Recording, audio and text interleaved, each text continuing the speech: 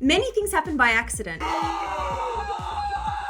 But building a high-performing team is not one of them. If you lead a team or you're a member of a team, you've probably noticed that it's really hard to build a team that's truly high-performing and just as hard to sustain it. There are 5 things that if you get them right, will almost guarantee high performance.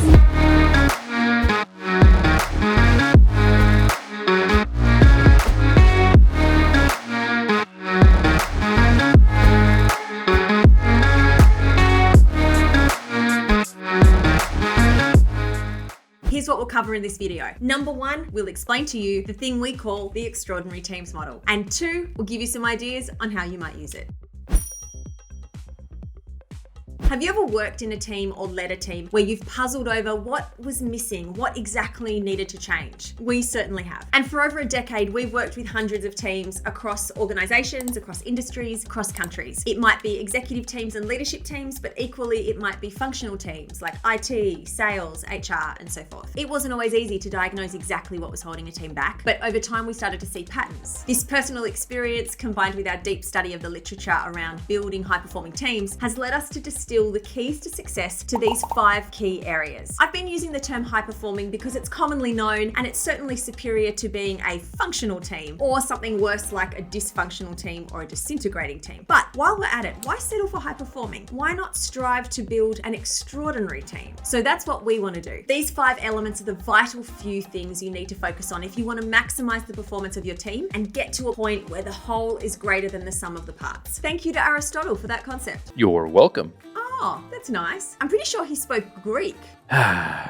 Istev prosdekti. Ancient Greek. Oh, come on. There are 2 axes to begin with. On the left, we put people. This is all to do with the relationships between the people in the team. On the right, we put performance. This is all about what the team produces. At the base, we put foundation. In our experience, you can't take action if you don't have the foundations right. So in this quadrant, we have alignment. A team can't execute and hold each other to account if they've never aligned on what success looks like to begin with. What are you trying to achieve as a team? What are the team objectives and KPIs? Why are you trying to achieve this? What's your purpose? How are you going to do this? Your agreed ways of working, your shared values, what we call your red card and green card behaviors. Our experience is that most teams are not aligned. We see this when we survey teams with our extraordinary teams diagnostic, but also when we survey teams live and we ask them to each independently answer some of the questions I just asked you. And what we find is most of the time they don't write down the same answers. But when the team is aligned, it's then that they're really able to execute, to make decisions, to collaborate, to drive results, to hold each other to account. And in our experience, by the way, it's holding each other to account that so many teams struggle with. But clearly, only focusing on the performance side of things is not enough to get the absolute best out of the people in the team. In this corner, we have trust, strong interpersonal relationships, high levels of integrity, and trust between people. Not just trust in the other people's skills, but trust in them as humans. There's a lot of evidence in psychology, in neuroscience, and in studies of collective intelligence that explain why we've elevated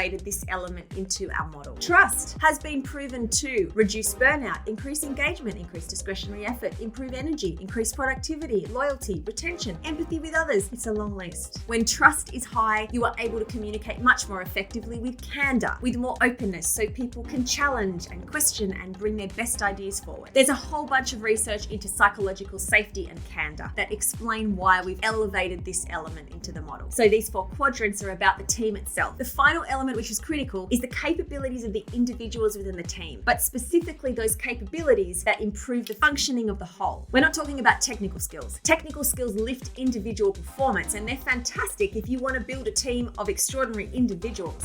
The League of Extraordinary Gentlemen. But we're looking at the skills that help to build an extraordinary team. All right then, it's morphin' time!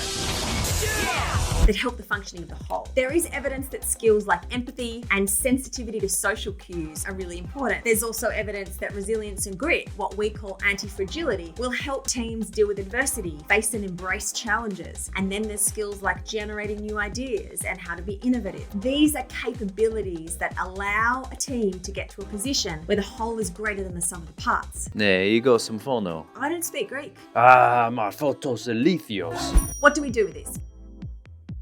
If you're trying to move up the ladder to extraordinary, or if you've gotten to the top of that rung and you want to stay there, then the extraordinary teams model can be your North Star. You can use this model to have a discussion with your team. As a group, you could discuss how aligned are we as a team? How well are we executing? How much candor is there in this group? And do we really trust each other? And perhaps through a series of one-on-one coaching conversations with members of your team, you could ask them, what capabilities could you develop that could help you contribute to the functioning of this team as a whole? There are a lot of layers underpinning this model, but this can be a great start for a conversation with your team. Feel free to share this with your team or maybe with the manager of your team to help them start a fantastic conversation. And if you found this video useful, please like it and subscribe if you would like more. Cante, like and graffiti.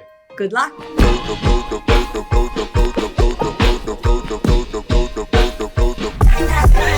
Go,